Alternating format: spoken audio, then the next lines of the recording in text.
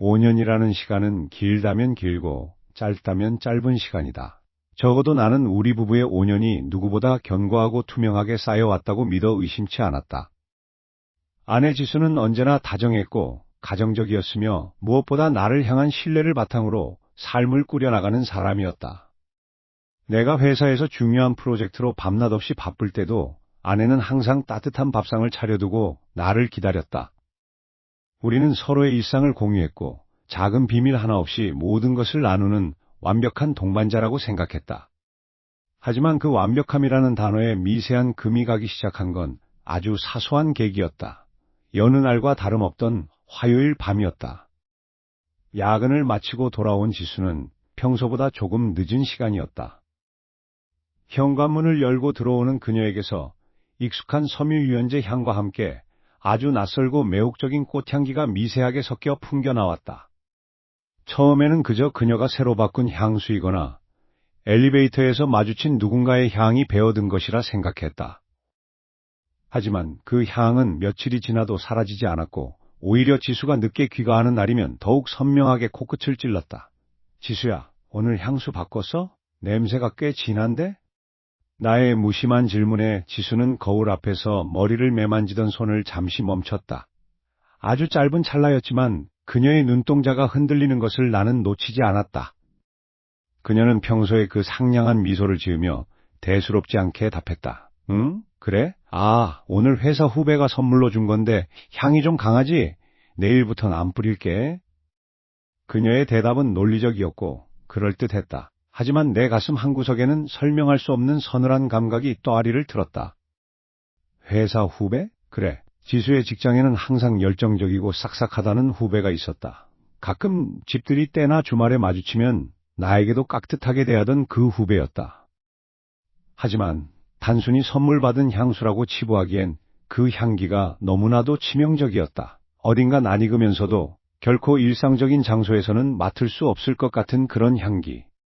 마치 누군가의 깊은 흔적처럼 내 일상 속으로 파고들고 있었다. 나는 거실 소파에 앉아 멍하니 텔레비전을 바라보며 욕실에서 들려오는 물소리에 집중했다.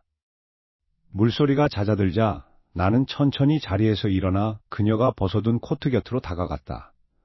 코트 소매 끝에서 느껴지는 그 꽃향기는 더욱 진했다. 코를 가까이 대자 아찔할 정도로 달콤한 향이 폐부 깊숙이 박혔다. 평소 지수가 절대 쓰지 않는, 아니 그녀의 취향과는 정반대에 가까운 향기였다. 불안함은 의심으로, 의심은 곧 확신이 없는 추적의 시작이 되었다. 그녀는 정말 회사 일로 바쁜 것일까?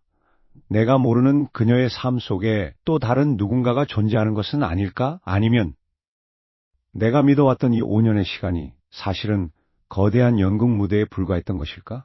나는 내 손에 닿은 코트의 거친 천을 꽉 움켜쥐었다. 지수가 욕실 문을 열고 나왔다. 김이 서린 욕실 너머로 젖은 머리를 수건으로 털며 나오는 그녀는 여전히 내가 사랑하는 아내의 모습 그대로였다. 하지만 나는 이제 알고 있다. 사람의 마음은 겉모습만으로는 결코 알 수 없다는 사실을. 그녀가 내뱉는 다정한 위로조차 지금은 그 향기에 섞여 묘한 불협화음을 만들어내고 있었다. 내일도 지수는 다시 늦을 것이다. 그녀는 다시 한번 내게 야근이라는 단어를 던져놓고 그 향기를 묻혀 돌아올 것이다. 그것이 정말 우리의 밝은 미래를 위한 고단한 노동의 산물일까? 아니면 내가 한 번도 상상해 본 적 없는 그녀의 또 다른 인생을 암시하는 향수일까? 나는 그녀의 등 뒤로 감춰진 진실을 파헤쳐야만 한다고 내 본능이 그렇게 속삭이고 있었다. 어쩌면 이 향기가 내 삶을 완전히 무너뜨릴 파멸의 서막일지도 모른다는 예감과 함께. 어느덧 5년이라는 세월이 흘렀다. 그 시간 동안 나는 아내의 지영이 완벽한 동반자라고 굳게 믿어왔다. 하지만 최근 들어 집안을 감도는 공기가 미묘하게 달라졌다. 그 변화는 소리 없이, 그러나 아주 집요하게 우리 부부 사이에 균열을 내고 있었다. 평소라면 퇴근 직후 나를 반기며 건네던 따뜻한 차 한 잔도, 하루의 피로를 씻어내듯 나누던 담백한 대화도 이제는 찾아보기 힘들게 되었다. 지영의 퇴근 시간은 나날이 늦어지고 있었다. 처음에는 프로젝트 마감 때문이라며 대수롭지 않게 넘겼지만 이제는 자정을 넘기는 일이 예사실이 되었다. 오늘도 회의가 길어졌어. 먼저 자. 짤막한 메시지 하나가 전부였다. 그녀의 뒤를 따라오는 건 늘 낯선 향수의 잔향이었다. 꽃향기라고 생각했던 그 냄새가 이제는 내 코끝을 예민하게 찌르는 가시처럼 느껴지기 시작했다. 거실 불을 켜두지 않은 채 나는 소파 깊숙이 몸을 파묻고 창밖의 가로등 불빛만을 응시하곤 한다. 현관문이 열리고 지영이 들어올 때마다 나는 본능적으로 시계를 확인한다. 그녀는 나를 마주치기라도 할까봐 조심스러운 발걸음으로 거실을 지나치려 한다. 어쩌다 눈이라도 마주치면 그녀는 피곤하다는 핑계를 대며 곧장 침실로 들어가 버린다. 예전에는 나를 안아주며 하루의 노고를 풀던 그녀였는데 이제는 내 손길이 닿는 것조차 불쾌하다는 듯 미묘하게 몸을 피한다. 그 차가운 거리감이 내 가슴을 짓누른다. 가장 이해할 수 없는 건 그녀의 휴대폰이다. 화장실에 갈 때도 잠시 물을 마시러 나올 때도 그녀는 늘 휴대폰을 손에서 놓지 않는다. 마치 세상의 모든 비밀이 그 작은 기기 안에 응축되어 있는 것처럼 그녀는 휴대폰을 자신의 분신인 양 보호하고 집착했다. 화면을 아래로 향하게 두는 습관, 내가 다가가면 화면을 잠그거나 뒤로 돌리는 행동들, 이런 사소한 징후들이 모여 내 안에 의심이라는 괴물을 키워가고 있었다. 평소라면 의심하지 않았을 일들조차 이제는 하나의 퍼즐 조각처럼 맞춰지기 시작했다. 지영의 직장 후배인 민중과 최근 프로젝트를 같이 한다는 이야기를 들었던 것이 떠올랐다. 그 후배가 사무실에서 보였던 지나치게 예의 바르고 싹싹하던 모습이 이제 와서 생각해보니 무언가 숨기기 위한 가면은 아니었을까 하는 의구심이 든다. 아내의 업무 일정표를 우연히 엿본 날, 그녀의 회의 시간과 후배의 외근 시간이 겹치는 부분이 꽤 많다는 사실을 깨달았다. 그것은 단순한 우연일까 아니면 치밀하게 계획된 거짓말의 서막일까. 그날 밤도 지영은 평소보다 늦게 돌아왔다. 현관문 도어락 소리가 요란하게 들리고 나는 나지막한 한숨을 내쉬며 자리에서 일어났다. 아내는 거실 불도 켜지 않은 채 어둠 속에서 무언가에 열중하고 있었다. 그녀의 얼굴은 스마트폰에서 뿜어져 나오는 푸르스름한 빛을 받아 기묘하고 창백하게 빛나고 있었다. 내가 거실로 들어서는 발소리를 듣자마자 그녀는 마치 화상을 입은 것처럼 소스라치게 놀라며 급히 휴대폰 화면을 껐다. 찰나의 순간이었지만 내 눈은 그녀의 당황한 표정을 놓치지 않았다. 그녀가 짓는 미소는 너무나 부자연스럽고 억지스러웠다. 왔어? 왜 이렇게 늦게 자고 있어? 그녀의 목소리는 갈라져 있었고 그 속에는 숨길 수 없는 긴장감이 서려 있었다. 휴대폰을 꽉 쥔 그녀의 손마디가 하얗게 질려 있었다. 그 어색한 웃음 뒤에 숨겨진 차가운 진실이 무엇일지 나는 두려움과 함께 걷잡을 수 없는 배신감의 소용돌이 속으로 빠져들고 있었다. 아내의 외투에서 풍기던 그 기분 나쁜 꽃향기가 거실을 떠돌 때마다 내 안의 의심은 서서히 독버섯처럼 번져나갔다. 5년이라는 시간 동안 내가 쌓아올린 신뢰는 단단한 성벽인 줄 알았는데 그 성벽에 난 작은 균열 하나가 이렇게나 차가운 바람을 불러올 줄은 몰랐다. 나는 아내를 더 이상 예전처럼 바라볼 수 없게 되었다. 사랑이라는 이름으로 덮어두었던 무수한 의문들이 이제는 날카로운 송곳이 되어 내 심장을 쿡쿡 찔러대기 시작했다. 그날 이후 나는 아내 몰래 그녀의 일상을 조각조각 분해하기 시작했다. 물론 아주 조심스럽고 치밀하게. 그녀가 잠든 새벽, 나는 숨소리조차 죽인 채 거실로 나와 노트북을 켰다. 아내가 매일같이 읊조리던 야근과 클라이언트 미팅이라는 단어들이 과연 사실인지 확인하기 위해서였다. 그녀의 업무 일정은 겉보기엔 완벽했다. 하지만 그 완벽함은 오히려 인위적이었다. 그녀가 말한 미팅 시간과 실제 회사 동료들의 SNS에 올라온 일상들은 미묘하게 어긋나 있었다. 나는 떨리는 손으로 아내의 카드 내역서를 훑어내려갔다. 매달 고정적으로 나가는 생활비 외에 이상할 정도로 반복되는 소액 결제들이 눈에 띄었다. 결제 장소는 늘 그녀의 회사 근처였다. 문제는 그곳들이 평범한 비즈니스 미팅 장소가 아니라는 점이었다. 인적 드문 골목에 숨어있는 이름 없는 작은 카페들. 조명이 어둡고 칸막이가 높은 그런 곳들에서 그녀는 도대체 누구와 무엇을 마셨던 걸까? 카드 내역서에 찍힌 시간은 오후 3시 혹은 오후 7시. 그녀가 바쁘다며 전화를 끊거나 회식 때문에 늦는다며 메시지를 보냈던 바로 그 시간들이었다. 가슴 한구석이 텅 빈 것처럼 서늘해졌다. 단순히 의심이 아니었다. 이건 뚜렷한 정황이었고 나는 지금 거대한 기만의 한가운데에 서 있었다. 나는 아내의 직장 후배인 민우의 얼굴을 떠올렸다.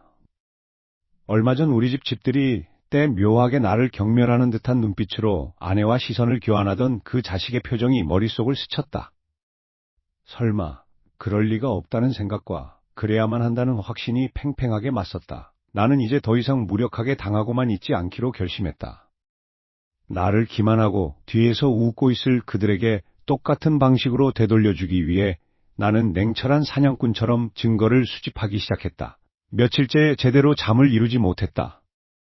아내는 여전히 아무 일 없다는 듯 나에게 웃어 보였지만 그 웃음 뒤에는 서늘한 가식이 묻어 있었다. 그녀의 행동 하나하나가 이제는 내게 연극처럼 보였다. 그날 밤 아내가 샤워를 하러 들어간 사이 나는 평소 그녀가 애지중지하던 가방을 조심스럽게 확인했다. 혹시나 하는 마음에 안감 속 깊숙한 곳까지 더듬었다. 그때 안감 밑단에 작게 튀어나온 틈새에 무언가 걸렸다. 나는 숨을 멈추고 그것을 조심스럽게 끄집어냈다. 그것은 아주 작은 포스트잇 메모지였다. 내 눈을 의심했다. 아니, 의심할 필요도 없었다. 너무나도 익숙한, 하지만 결코 이곳에 있어서는 안 될 필체였다. 아내가 직접 쓴 것이 분명한 그 종이에는 짧은 시간과 함께 내 사무실 건물 바로 옆에 위치한 비즈니스 호텔의 이름이 적혀 있었다. 심장이 덜컥 내려앉는 기분이었다. 나는 종이를 쥔 채 그대로 굳어버렸다. 그들이 나를 비웃으며 나누었을 미러들이 귓가에 환청처럼 들려오는 듯 했다. 더 이상 물러설 곳은 없었다. 아내의 잠든 숨소리가 고요한 침실에 불규칙하게 울려 퍼졌다. 시계 바늘은 새벽 2시를 가리키고 있었고 나는 굳게 잠긴 그녀의 휴대폰을 뚫어지게 응시했다.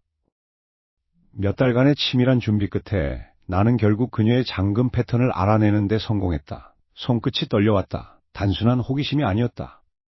지난 5년간 내가 믿어왔던 세상이 송두리째 무너질지도 모른다는 공포와 그 진실을 확인하고 말겠다는 서늘한 집념이 뒤섞여 내 안에서 소용돌이 쳤다. 심호흡을 하고 잠금 화면을 풀자 평소와 다를 바 없는 단정한 바탕화면이 나타났다. 나는 숨을 죽이고 메시지 목록을 열었다. 그녀는 평소 직장 동료들이나 친구들과 나누는 대화는 아주 깔끔하게 정리해두는 사람이었다. 하지만 알 수 없는 번호 혹은 기호로 저장된 대화방이 하나 목록 맨 아래쪽에 숨겨져 있었다. 심장이 흉곽을 때리는 소리가 귀까지 들리는 듯 했다. 조심스럽게 해당 대화창을 터치하자 화면 가득 연인들의 미러라 할 만한 대화들이 쏟아져 나왔다. 오늘 진짜 좋았어. 당신 향기 아직도 내 옷에 남아있는 것 같아? 나도 그래. 그 사람이 집에 오기 전까지는 우리만의 시간이잖아. 좀만 더 참아. 손끝이 차갑게 식어가는 기분이었다. 그 사람이 나라는 것은 명백했다. 아내는 직장에서의 피곤함 따위는 잊은 듯 다정한 이모티콘을 섞어가며 낯선 상대와 은밀한 약속들을 나누고 있었다. 하지만 분노는 곧 난관에 부딪혔다. 상대방의 이름이 적혀 있어야 할 자리에는 기괴한 기호 하나만이 덩그러니 박혀 있었다. 오, 대체 이게 무슨 의미일까? 단순히 익명을 위해 정한 부호인가? 아니면 그들만이 아는 암호인가? 나는 필사적으로 메시지 내역을 뒤지고 사진첩을 털었지만 상대의 얼굴이나 이름, 직업을 유추할 수 있는 단서는 철저하게 지워져 있었다. 그들은 완벽하게 숨고 있었다. 배신감보다 더 큰 무력감이 나를 짓눌렀다. 5년의 결혼 생활이 고작 기호 하나에 무너져 내리는 꼴이라니. 나는 아내의 얼굴을 다시 한번 쳐다보았다. 평온하게 잠든 그 얼굴이 지금은 악마의 가면처럼 보였다. 대체 누구일까? 내 주변에 누구일까? 나는 그날 밤 잠을 이루지 못했다. 눈을 감으면 아내의 휴대폰 속에서 보았던 그 다정한 메시지들이 환영처럼 눈앞을 스쳐 지나갔다. 새벽 내내 나는 서재에 앉아 아내의 최근 일주일 동선과 신용카드 내역을 다시 분석했다. 도무지 접점이 보이지 않는 사람들 사이에서 나는 미로 속에 갇힌 쥐처럼 헤매고 있었다. 다음 날 회사로 출근하는 내 발걸음은 평소보다 무겁고 날카로웠다. 커피를 한 잔 내려 마시며 창밖을 보는데 등 뒤에서 익숙한 목소리가 들려왔다.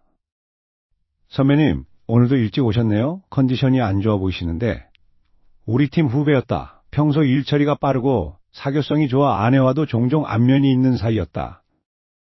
나는 애써 아무렇지 않은 척 몸을 돌려 그를 마주했다. 하지만 그와 눈이 마주친 순간 내 코끝을 스치는 기이하고도 강렬한 향기가 내 머릿속을 강타했다.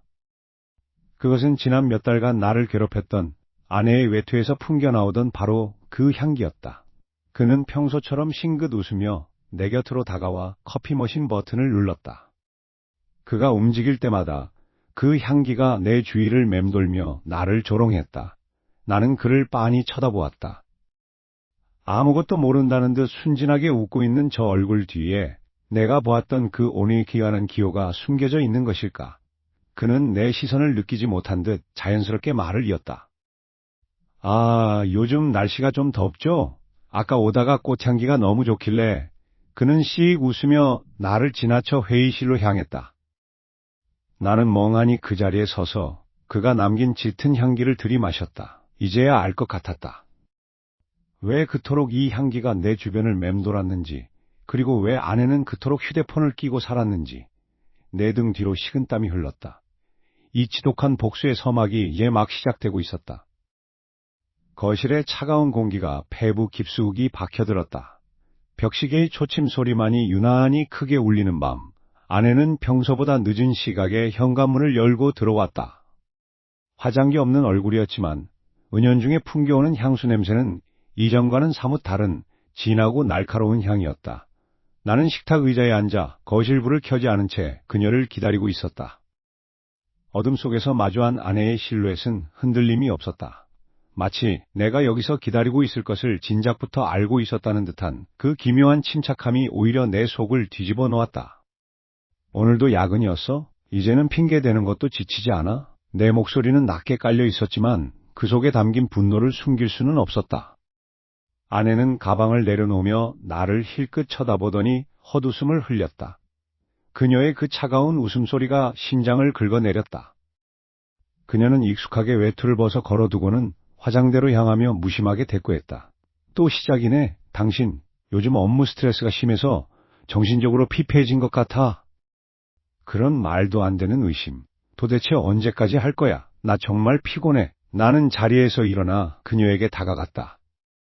내 손에는 그녀가 잠든 사이 몰래 확인했던 그 암호 같은 메시지들이 적힌 메모가 쥐어져 있었다. 피곤해? 정말 피곤한 건 나야.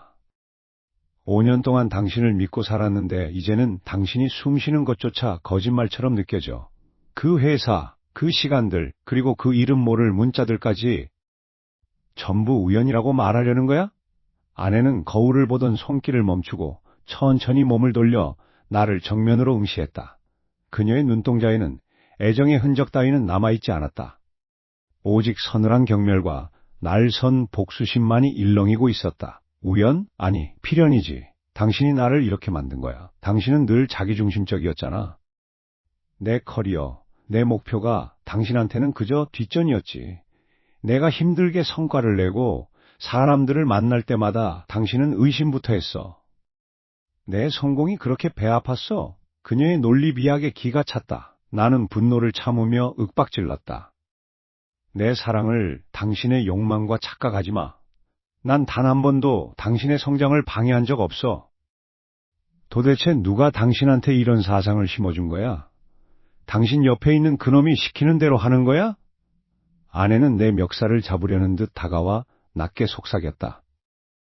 그녀의 뜨거운 숨결이 닿았지만 그 내용은 더없이 차가웠다. 그래, 당신은 늘 그렇게 고결한 척하지. 하지만 기억해, 이 모든 건 당신이 자초한 거야. 당신의 그 좁은 아량과 끝없는 통제가 지금의 나를 만들었어. 당신이 소중히 여기는 그 완벽한 가정이 무너지는 건 당신이 뿌린 씨앗의 결과물일 뿐이야. 그게 무슨 소리야? 이름을 대. 그 인간이 누구냐고. 나는 그녀의 어깨를 강하게 붙잡았다. 하지만 아내는 전혀 동요하지 않고 오히려 차갑게 내 손을 뿌리쳤다. 그녀는 가방을 다시 챙겨 들고 현관으로 향했다. 그녀의 뒷모습에서 느껴지는 것은 더 이상 아내가 아닌 완벽한 타인이자 치밀한 복수극의 주인공이었다. 현관문을 열기 직전 그녀가 멈춰섰다. 뒤도 돌아보지 않은 채 그녀는 나를 향해 마지막 독서를 내뱉었다. 당신은 아무것도 몰라. 내가 왜 여기까지 왔는지, 그리고 누가 내 곁에서 당신의 몰락을 기다리고 있는지 말이야. 만약 그렇게 진실이 알고 싶다면 직접 찾아내봐. 당신의 그 비루한 신념이 어디까지 버틸 수 있을지, 누가 당신을 가장 깊은 나락으로 밀어넣으려 하는지 말이야. 철컥 하는 기계적인 잠금장치 소리와 함께 문이 닫혔다. 정막만 남은 거실. 나는 허공을 향해 손을 뻗었지만 잡히는 것은 차가운 밤 공기뿐이었다. 그녀가 남긴 말의 파편들이 뇌리에 박혀 떠나지 않았다. 나를 무너뜨리려는 자, 그리고 그 배우의 숨은 이름 모를 후배의 그림자. 모든 것이 뒤엉킨 채 나는 비로소 깨달았다. 이제는 되돌릴 수 없는 파국이 시작되었다는 것을. 아내의 서재 문틈으로 새어나오는 미세한 빛조차 지금의 내게는 흉기처럼 느껴졌다. 거실에 홀로 앉아 숨죽인 채 나는 아내가 샤워하러 들어간 틈을 타 손에 넣은 그녀의 세컨드폰을 뚫어지게 응시했다. 심장이 터질 듯 쿵쾅거렸지만 뇌의 한쪽 구석은 얼음처럼 차갑게 식어 있었다. 화면 속 메신저 앱을 켜는 순간 그동안 나를 집요하게 괴롭히던 의문들이 퍼즐처럼 맞춰지기 시작했다. 대화 상대의 이름은 민준. 우리 회사 기획팀의 그 싹싹하고 성실했던 후배였다. 오늘도 완벽했어요. 팀장님이 이번 프로젝트 기획안에서 치명적인 오류를 발견하지 못하게 서류를 교묘하게 바꿔치기 했거든요. 후배의 메시지를 읽는 순간 손끝이 파르르 떨렸다. 내가 지난주 회의에서 겪었던 그 황당한 실수들이 단순한 업무 태만이 아니라 철저히 계획된 함정이었다는 사실이 드러나는 순간이었다. 이어지는 아내의 답장은 더 가관이었다. 고생했어. 당신이 그 자리에 올라가야 우리 계획이 완성돼. 그 인간은 자기가 왜 무너지는지도 모른 채 퇴사하게 될 거야. 그동안 쌓아온 커리어가 한순간에 쓰레기통에 처박히는 꼴을 내 눈으로 확인해야겠어. 단순한 불륜이 아니었다. 그들은 내 아내와 후배라는 관계를 넘어 내 인생을 통째로 집어삼키려는 공범이었다. 아내가 매일 밤 내게 했던 그 다정한 위로들, 내 퇴근길을 맞이하던 따뜻한 저녁 식사, 심지어는 나를 걱정하는 척하며 내 업무에 관여하려던 그 모든 행동이 치밀하게 설계된 복수의 시나리오였다. 내 아내는 내 안락한 가정을 지키는 아내가 아니라 내 사회적 몰락을 쾌락으로 삼는 사냥꾼이었다. 민준아, 내일 이사님께 보고하는 자리에서 결정타를 날려. 회계 쪽 자료를 다시 수정했어. 그가 횡령했다는 누명을 뒤집어 씌우기에 가장 좋은 명분이야. 모니터 너머로 차갑게 웃고 있을 아내의 얼굴이 상상되었다. 그녀의 냉혹함과 후배의 탐욕이 결합해 나를 사지로 몰아넣고 있었다. 나의 신중함이, 내 결벽증적인 성실함이 오히려 그들이 나를 올가매는 덫으로 활용되고 있었다는 사실이 너무나 비참했다. 나는 입술을 꽉 깨물어 비명을 삼켰다. 분노보다 더 깊은 배신감이 온몸에 피를 얼어붙게 했다. 5년이라는 시간 동안 나는 무엇을 위해 달렸던 것인가? 가장 사랑했던 사람이 내 적이 되어 내 목을 조르고 있다는 사실을 믿기 어려웠다. 화면을 아래로 더 내리자 민준이 보내온 파일 하나가 눈에 들어왔다. 작전 대상 리스트라는 이름의 문서였다. 떨리는 손으로 파일을 열었다. 그곳에는 우리 회사의 핵심 인물들, 내게 우호적이라 생각했던 동료들의 명단이 빼곡히 적혀 있었다. 그리고 그 옆에는 하나같이 매수 완료, 배신 확정, 공작 대상이라는 붉은색 글씨가 잔인하게 찍혀 있었다. 내가 그토록 믿고 의지하며 함께 밤을 새우며 프로젝트를 완수했던 동료들이 사실은 이 끔찍한 게임의 장기판 위에서 나를 고립시키기 위해 이미 아내와 그 후배의 손에 넘어가 있었다.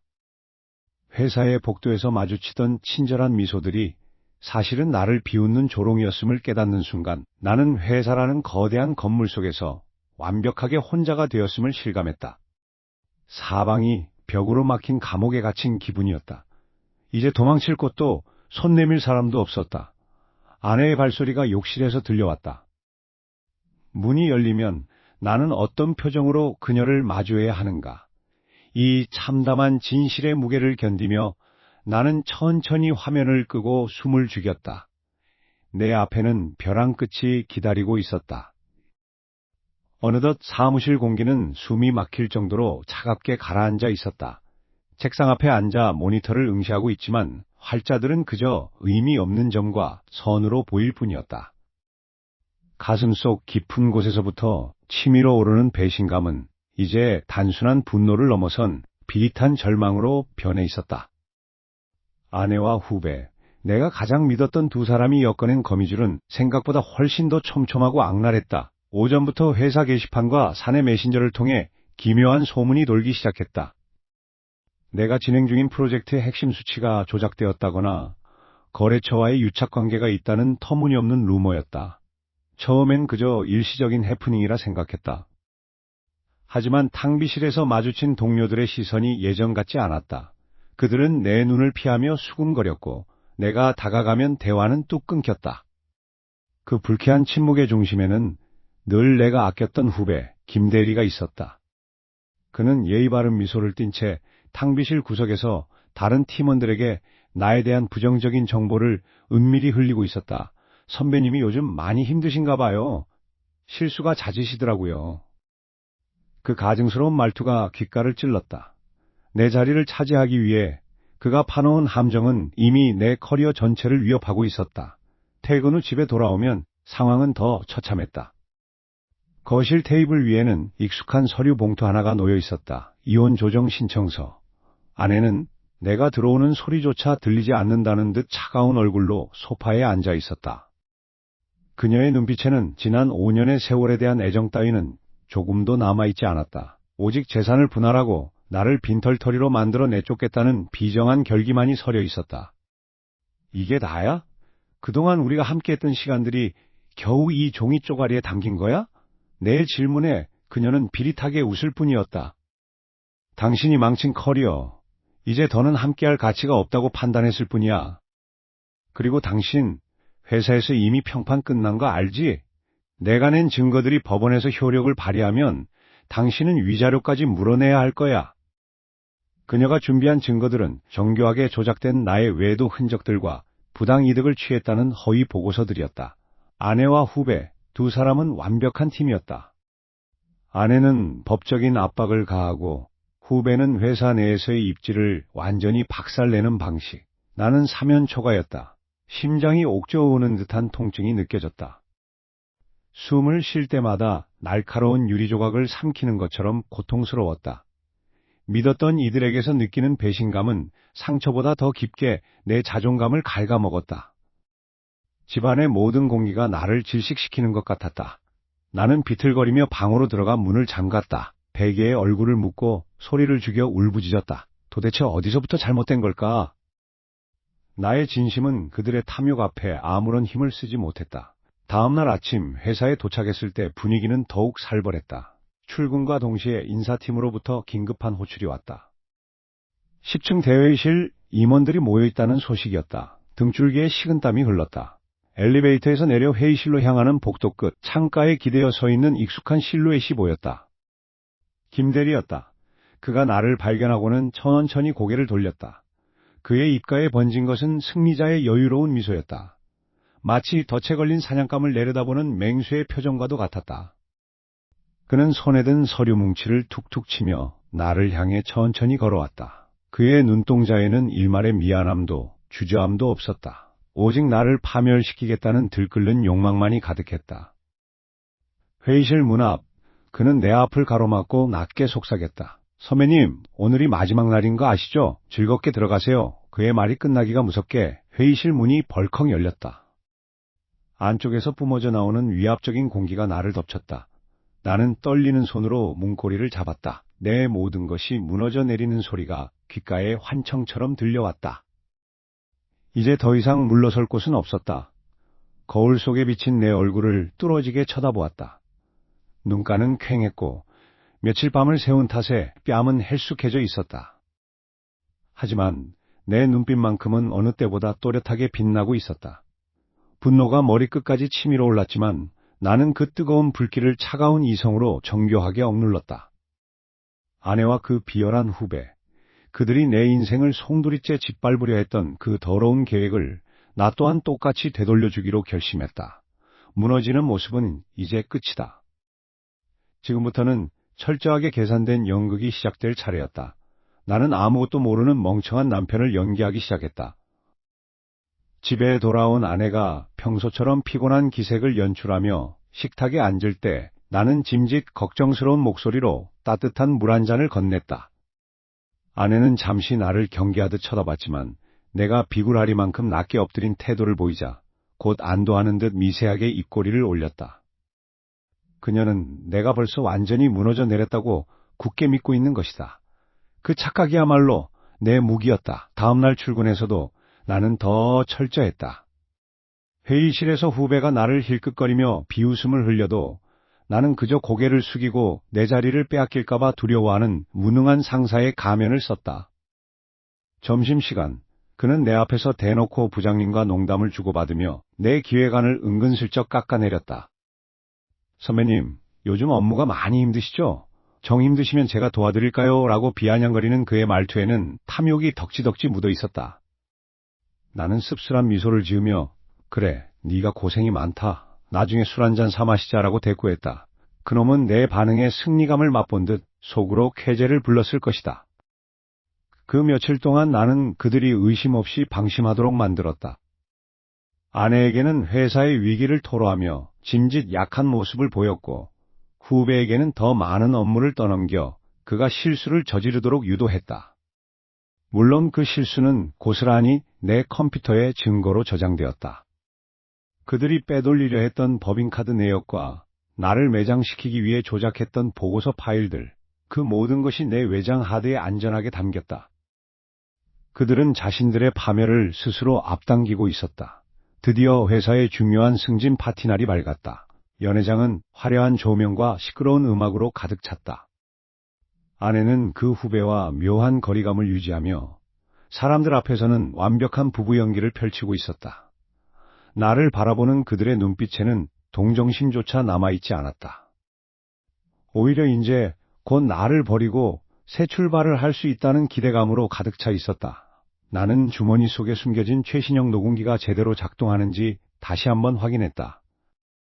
전원이 켜진 상태에서 붉은색 표시등이 미세하게 깜빡였다. 나는 조심스럽게 와인 2잔을 따라 아내와 후배가 있는 쪽으로 걸어갔다. 내 걸음걸이는 가볍고 평온했다. 아내가 나를 발견하고는 당혹스러운 듯 표정을 굳혔지만 나는 전혀 눈치채지 못한 척 환하게 웃어 보였다. 자기야, 오늘 진짜 예쁘네. 그리고 우리 후배도 오늘 정말 고생 많았어. 내 갑작스러운 친절에 두 사람의 시선이 교차했다. 후배는 의아하다는 듯 나를 살폈지만 나는 태연하게 그들에게 와인잔을 내밀었다. 아니 당신들의 그 거창한 성공을 위해 건배하자. 나는 아내의 눈을 똑바로 응시했다.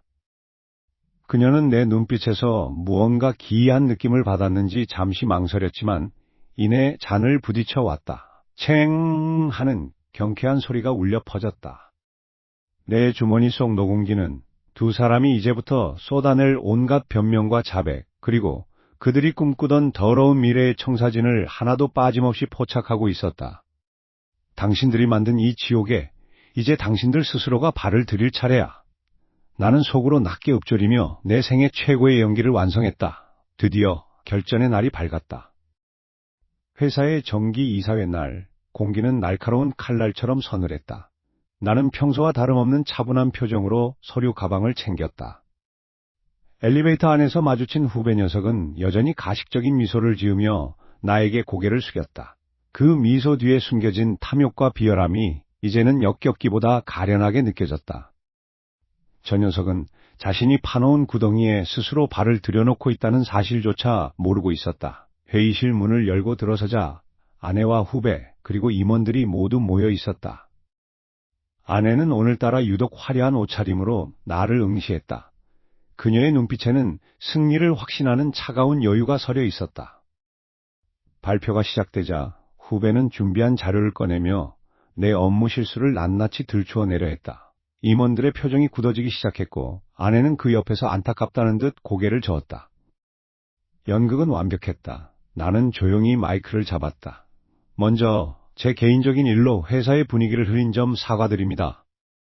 하지만 오늘 저는 이 자리에서 제 업무 역량이 아닌 제 삶을 파괴하려던 사람들의 실체를 공개하고자 합니다. 내 말 한마디에 회의실은 정적에 휩싸였다. 나는 가져온 태블릿을 메인 스크린과 연결했다. 스크린에는 그들이 지난 몇 달간 주고받은 노골적인 메시지, 회사 공금을 횡령하여 빼돌린 계좌 내역, 그리고 그들이 공모하여 내 경력을 짓밟으려 했던 계획서들이 적나라하게 펼쳐졌다. 후배의 얼굴이 순식간에 흑빛으로 변했다. 아내는 믿을 수 없다는 듯 자리에서 벌떡 일어났지만 이미 그녀의 손끝은 파르르 떨리고 있었다. 이게 다 무슨 짓이에요? 이건 조작된 거예요. 아내의 비명 섞인 외침이 울려 퍼졌지만 나는 차갑게 응수했다. 이미 모든 자료는 법률 대리인을 통해 검찰에 접수된 상태였다. 후배는 즉시 보안 요원들에 의해 회의실 밖으로 끌려나갔다. 그가 나를 향해 짐승처럼 울부짖었지만 나는 그저 그를 내려다보며 아무런 감정도 느끼지 않았다. 5년간 믿어왔던 아내, 그리고 친형제처럼 아꼈던 후배, 그들의 추악한 욕망이 스크린 위에서 낱낱이 해부되는 모습을 보며 나는 묘한 해방감을 느꼈다. 그날 이후 회사는 발칵 뒤집혔다.